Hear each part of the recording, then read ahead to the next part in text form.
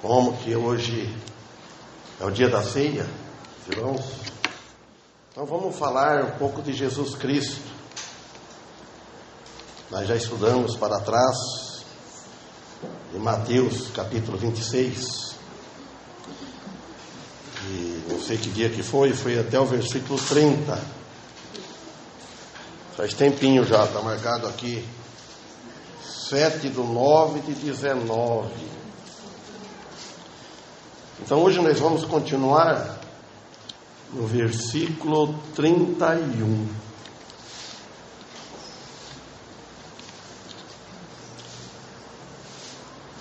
Então Jesus, logo no início aqui, Jesus, ele prediz a negação de Pedro. Veja só como Jesus, a divindade dele, Jesus, homem, mas homem divino, Deus homem, Deus encarnado. Por isso que ele conhecia o futuro, ele conhecia o que estava nos pensamentos dos outros. Então é Mateus capítulo 26, versículo 31. Eu vou ler na outra versão aqui, mas não vai ser difícil dos irmãos acompanhar, porque eu vejo aqui tem várias versões, não é só a minha, né? Eu tenho essa, outros têm outras. Então no versículo 31 diz assim: Então Jesus lhe disse: Todos vós esta noite vos escandalizareis em mim, porque escrito está. Então está escrito em algum lugar: ferirei o pastor e as ovelhas do rebanho serão dispersas, vão espalhar-se. Então nós vamos um pouco para trás, aquele que puder, em Zacarias 13:7, que diz, capítulo 13 de Zacarias, versículo 7, diz assim: Desperta, ó espada, contra o meu pastor e contra o homem que é meu companheiro, diz o Senhor dos exércitos. Fere o pastor e serão dispersadas as ovelhas. Eu farei voltar a minha mão sobre os pequenos. Então aqui no versículo 7, quando ele diz: Desperta, ó espada, contra o meu pastor, corresponde à crucificação de Cristo. Essa é uma espada que foi os nossos pecados que cravou Jesus na cruz. Cristo, porque Cristo era o bom pastor, que está lá em João capítulo 10, versículo 11. Jesus era o bom pastor, o pastor de Deus. Jesus não era pastor dos homens, ele foi enviado por Deus para pastorear o rebanho de Deus. O pastor de Deus.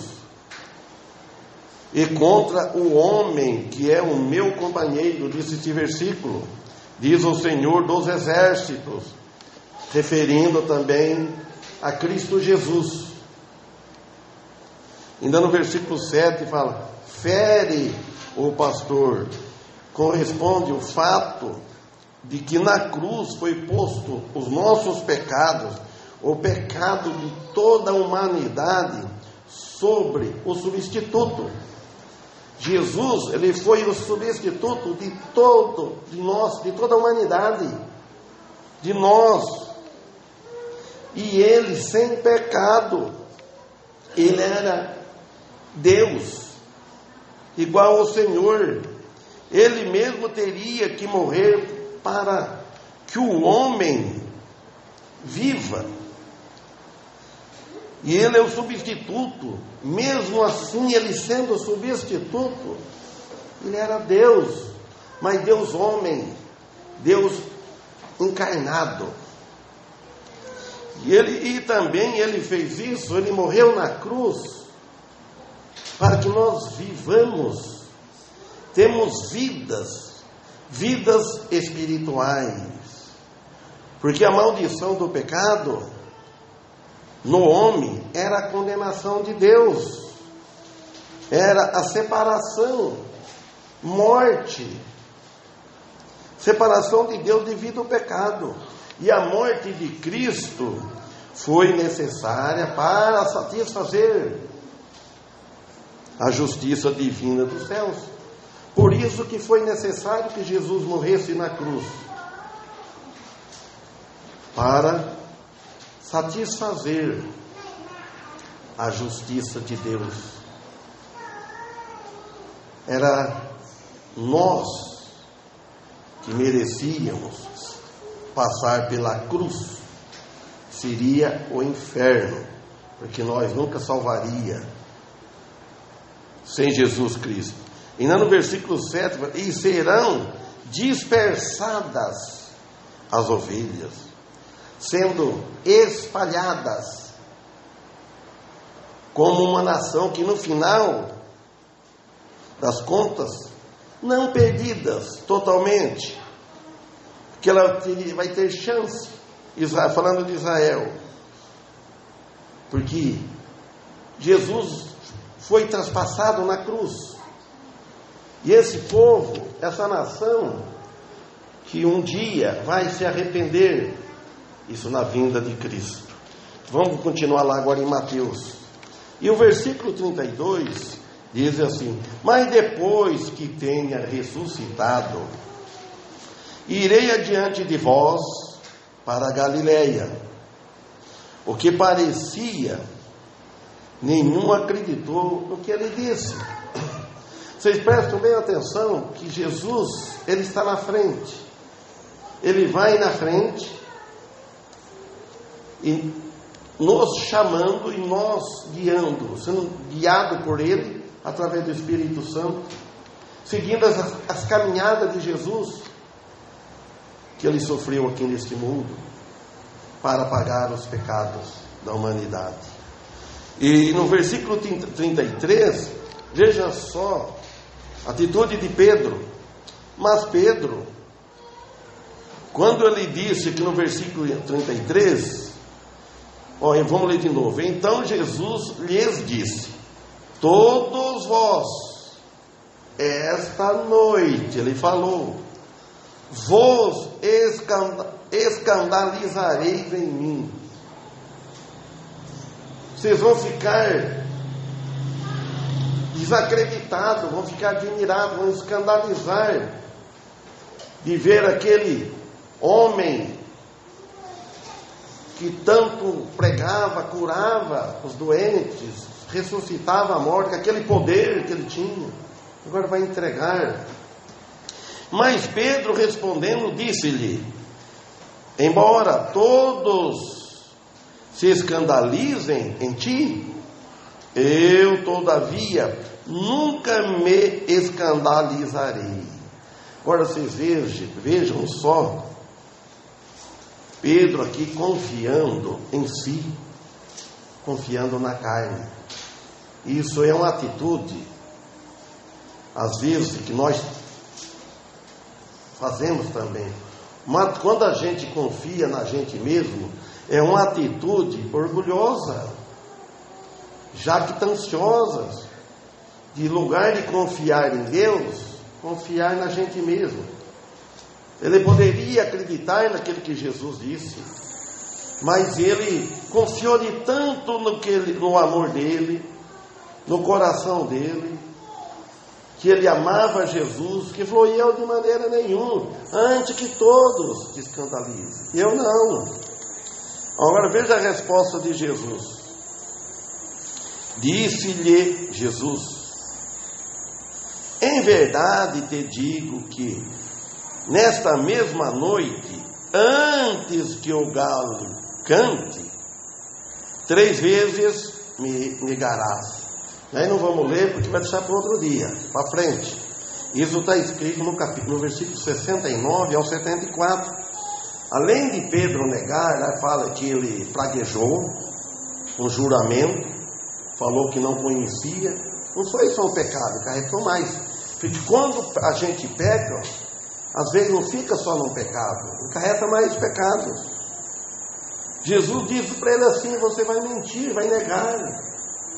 Antes que o galo canta, 3 vezes, olha bem, falar uma coisa do futuro que não tinha acontecido. Veja só como Jesus é Deus completo. Só que ele se fez homem, ele esvaziou da sua glória, do seu conforto que ele tinha lá nos céus, para vir aqui sofrer neste mundo, pagar os nossos pecados. Versículo 35. Disse-lhe Pedro, olha Pedro, a resposta. Disse-lhe Pedro: ainda que me seja necessário morrer contigo, não te negarei. E todos os discípulos disseram o mesmo. Vocês vejam só, confiaram totalmente neles, porque eles não sabiam o que ia passar. Todos fizeram as mesmas afirmações, confiando-nos em si mesmo, que não iam negar a Cristo.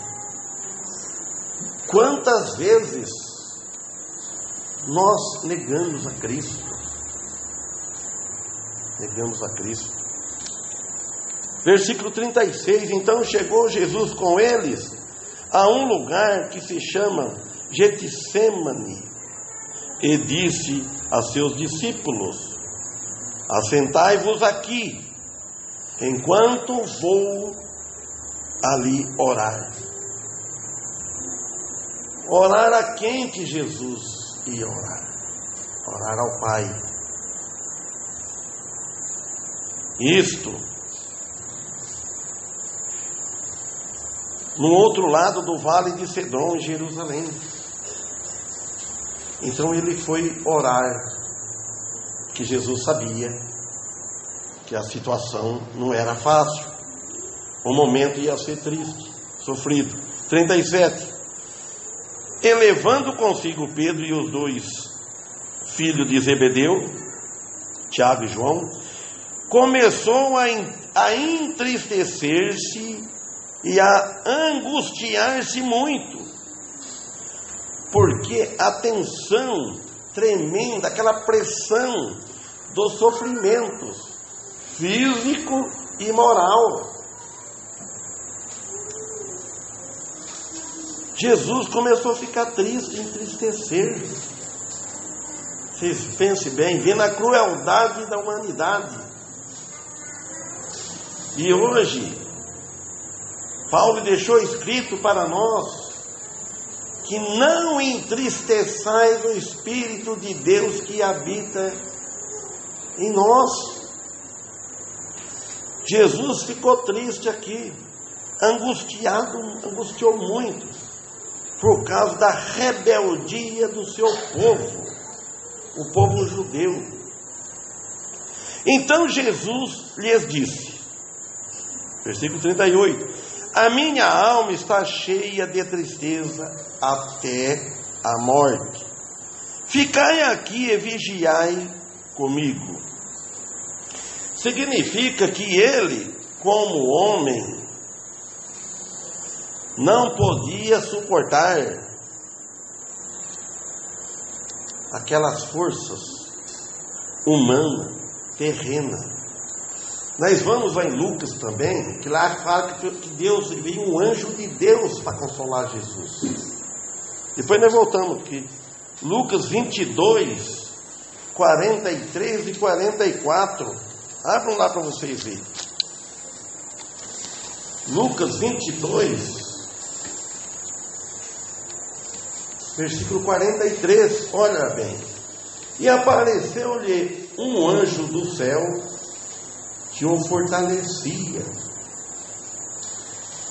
Então via que para fortalecer Jesus, porque Jesus tinha uma missão tão nobre para cumprir, que ele ia redimir a humanidade, ele ia sofrer, ele como ser humano, e esse anjo veio para consolar, para fortalecer,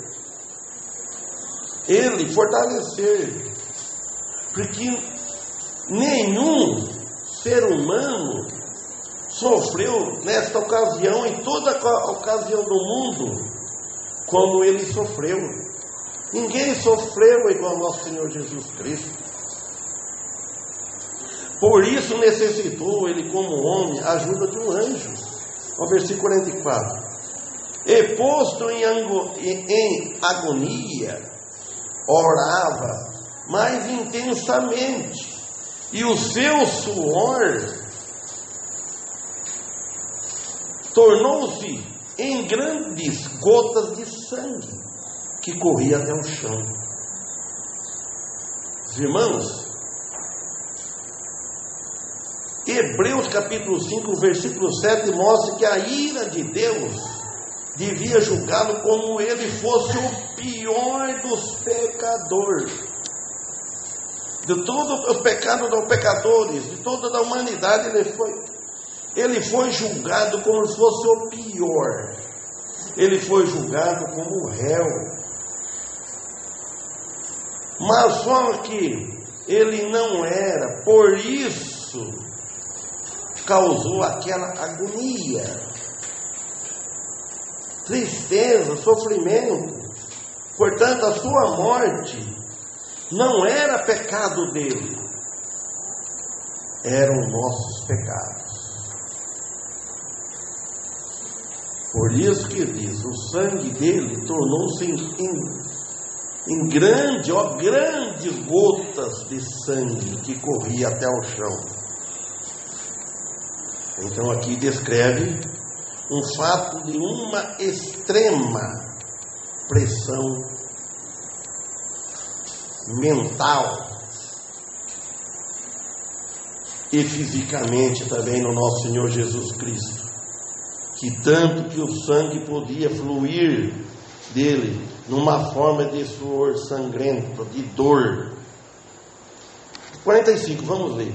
E levantando-se da oração, veio para os seus discípulos e achou-os dormindo de tristeza. Então ele dá um sinal aqui que a vitória está ganha ao menos nesta grande luta a respeito da vontade de Deus. Jesus, ele sabia, ele como Deus divino, mas só que ele sabia que ele ia passar uma prova muito dura, muito doída, agonia sobre ele. Também afetou os seus discípulos, ficaram com medo. E lhe disse: por que estáis dormindo? Levantai-vos e orai, para que não entreis em tentação. Jesus disse. Então Jesus faz a pergunta, mas só que ele não esperava a resposta. Levantai-vos e orai. Então, quando nós estamos dormindo de tristeza, dormindo de desânimo, dormindo, vamos dizer, acordado com os olhos abertos, é para orar. Não sejam que vós sucumbam também à tentação, que não caia sobre vós do sono, o cansaço físico. 47. E estando ele ainda a falar, surgiu uma multidão, E um dos 12, que se chamava Judas, ia diante dela. E chegou-se a Jesus para o beijar. Multidão de soldados, para deter a Jesus, que consistia de guarda, muitos guardas romanos e guardas levíticos, que pertencia ao templo. Então, Judas ia diante dela, da multidão. Então, Judas, para não confundi-los com os outros, beijou Jesus. Versículo 48. Então Jesus lhe disse: Judas, com um beijo trai o filho do homem? Era o beijo mais infame de toda a história humana. É o beijo de Judas. Sempre sai isso em qualquer frase, os irmãos, até hoje. Beijo de Judas, para trair o mestre. Então por aí nós vemos que Jesus não era diferente dos outros, dos discípulos. Ele era um homem normal, comum, parecido, porque só precisou Judas beijar. E vendo os que estavam com ele o que ia suceder, disseram: Senhor, feriremos a espada?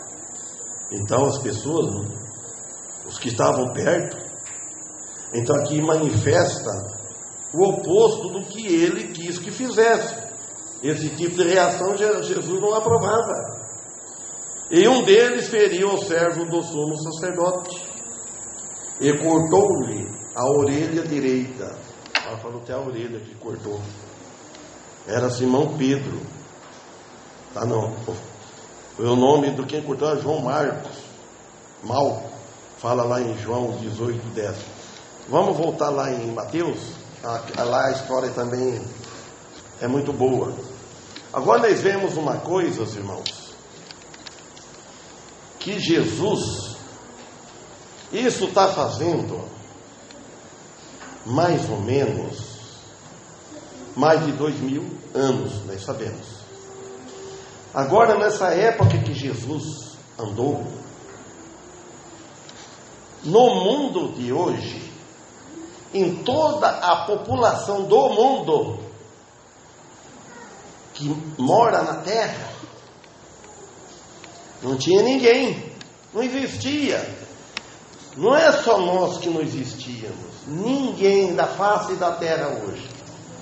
Até então, porque não tem um homem em toda a história que viveu 2000 e poucos anos. E Jesus pagando os pecados daquelas pessoas, Jesus condenando o povo da época dele, os profetas, os discípulos, apóstolos e tantos pregadores naquela época. E a população de hoje não tinha. E Jesus pagando os nossos pecados, que um dia ia ter aquela população morreram tudo, que salvaram, que creram nesse sangue derramado na cruz, porque ele morreu na cruz a esse tempo, ele pagou os pecados daqueles passados e futuro, e nós, até o futuro, que nós não sabemos até quando esse mundo vai, muito longe não está. E Jesus pagou os pecados. Jesus, Ele Deus, Ele já viu nós, o mundo completo. Jesus, antes de Ele vir ao mundo, antes de existir o mundo, Jesus, Deus, a Trindade, na eternidade passada, já sabia dessa população do mundo, melhor que ninguém. Sabe quantos vão ter e quantos têm. É de admirável, se for ver, notar a Bíblia, como que ela narra toda a história. Fala desse homem. A cruz de Cristo, Jesus Cristo, é a parte central das Escrituras Sagradas. Pode estudar a Bíblia como puder. Pode adorá-la. Pode fazer o que for. Mas de errar o alvo central da salvação, que é Cristo Jesus, é somente Ele que salva, não resolve nada. Está tudo perdido em vão. Ser muito religioso, ser o que for,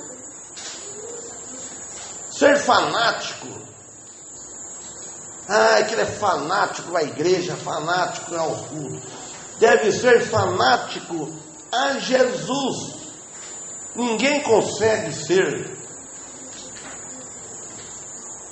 a Ele. Ele é digno de tudo a nossa adoração. Ele deve estar no ponto central de nossas vidas. Nunca devemos colocar algo em lugar que Cristo ocupa o nosso coração. Se nós estivermos colocando algo que ocupa Cristo, lugar que Ele é digno, nós falando de nós salvos, não falando do mundo, porque o mundo não tem Jesus mesmo. Muitos religiosos evangélicos não têm Jesus morando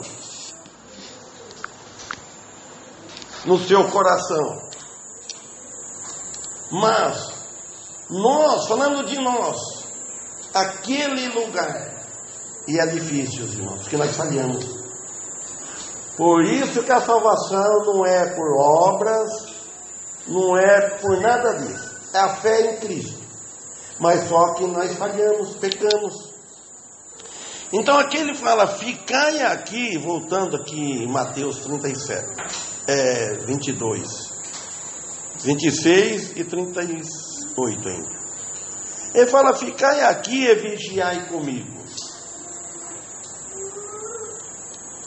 Então ele não necessitou sua presença. Ele não precisava de mais ninguém. Mas Jesus, ele queria que os discípulos vigiassem, orassem e não tivessem medo. Porque Jesus, ele não exigiu nada deles muito, porque Jesus, ele sabia o que ele ia passar, que o cálice que ele ia passar era amargo, era duro. Não é fácil, irmãos. Para nós saber, nós temos que mexer na nossa pele, sofrer qualquer dor aguda, que a gente vai ver o que é triste dor. Agora ele sofreu dores, mas não por ele merecer, nós que merecíamos. Agora o 39 ele disse, e indo um pouco mais adiante, prostrou-se sobre o seu rosto, orando, e dizendo, meu Pai, se for possível, passa de mim este cálice. Portanto, não seja como eu quero, mas como tu queres. Então ele disse, porque ele passou aquela agonia, sofrendo, e ele orava todo o tempo, ele orando ao Pai. Nenhum ser humano pôde fazer isso e seguir como ele seguia, fazendo a oração. dizendo: meu Pai, ele falou, se for possível,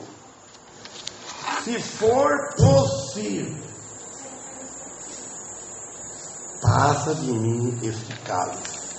Este cálice era triplo, levando a penalidade do pecado da humanidade, e a separação do Pai e a morte. Mas ele fala: porém, não seja como eu quero, mas como tu queres. E a nossa oração costumeira é assim: não é como nós queremos, é como Deus quer. Ele, como filho, então ele declara que a vontade divina, como a justiça divina de Deus, tinha que ser cumprida. As almas, para a salvação das almas perdidas, condenadas ao fogo do inferno, que é a segunda morte, a separação total de Deus, e muitos vão para lá, muitos vão para este lugar, porque não aceita Jesus Cristo. E voltando para os seus discípulos, o encontrou dormindo, e disse Pedro: então não pudeste vigiar comigo nenhuma hora? Jesus já falou, voltou quando eles dormindo. Fez bem, que tristeza. Ele é a mesma coisa um chefe da casa, qualquer pessoa, ele fica andando para lá, para cá, preocupado, está vendo o perigo que está para acontecer, e vê a família tudo dormindo, tudo no sono pesado, só que ronca e vai, e eles não sabem o que está passando perigo. A gente fica triste. Aqui então demonstra o fato de que eles não se davam conta do perigo agudo para o qual eles não estavam preparados para enfrentar. Ele falou a Pedro, ele despertou a Pedro: então não pudeste vigiar comigo nenhuma hora? Vigiai e orai, para que não entreis em tentação. O espírito, na verdade, está pronto, mas a carne é fraca. Então isso é para nós servirmos ele melhor. Então, para vigiar e orar, então nós devemos vigiar e orar. Então, uma advertência que ele está dando, não somente para eles, mas para nós também. Que atenção, porque a tentação, que a ponto de que ela poderia entrar nele de uma tal forma que eles poderiam abandoná-lo. Mas para o espírito do homem,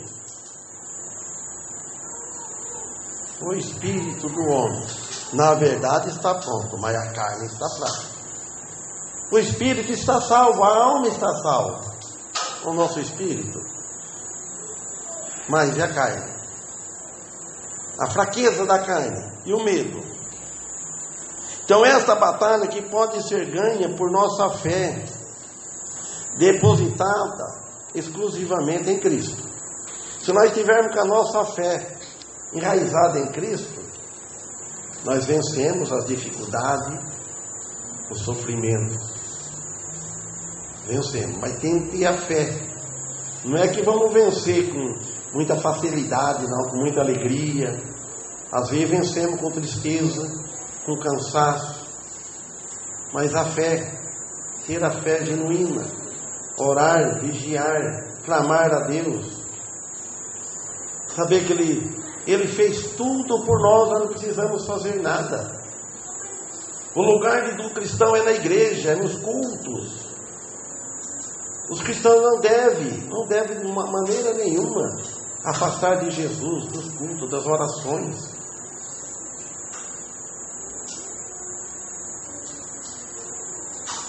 Então nós devemos. Então vamos ver onde nós começamos. Então Jesus lhe disse: todos vós esta noite vos escandalizarei em mim. Porque o Espírito, porque escrito está: ferirei o pastor e as ovelhas do rebanho serão dispersas. Às vezes, se nós facilitarmos, irmãos, podemos dispersar. Então, para nós não escandalizar em Jesus, ver as coisas que acontecem nas nossas vidas, às vezes para frente, não sabemos desanimar de Jesus. De tudo nós podemos escandalizar, menos de Jesus. De tudo nós podemos desacreditar. Muitas coisas você deve desacreditar, mas menos de Jesus e da palavra dele. Amém? Que Deus nos abençoe. Oremos. Bendito Deus, nosso Pai, obrigado, Pai, por essa oportunidade que tu nos deste. Obrigado, Pai, pelo teu amor, pela tua misericórdia. Obrigado pelos que estão aqui. E obrigado agora que nós vamos passar a ceia do Senhor. Nos abençoa cada um de nós, que possamos participar da ceia, não com tristeza, e também não com pecado, não com uma amargura, que possamos comemorar a morte de Cristo na cruz. Que a ceia faz nós relembrarmos isso. Não por fazer uma cerimônia, mas a ceia é um símbolo. Mas Jesus deixou a ordenança para a tua igreja, e nós procuramos fazer de acordo com a tua vontade. Em nome de Cristo que pedimos, em nome dele agradecemos, com perdão de nossos pecados. Amém.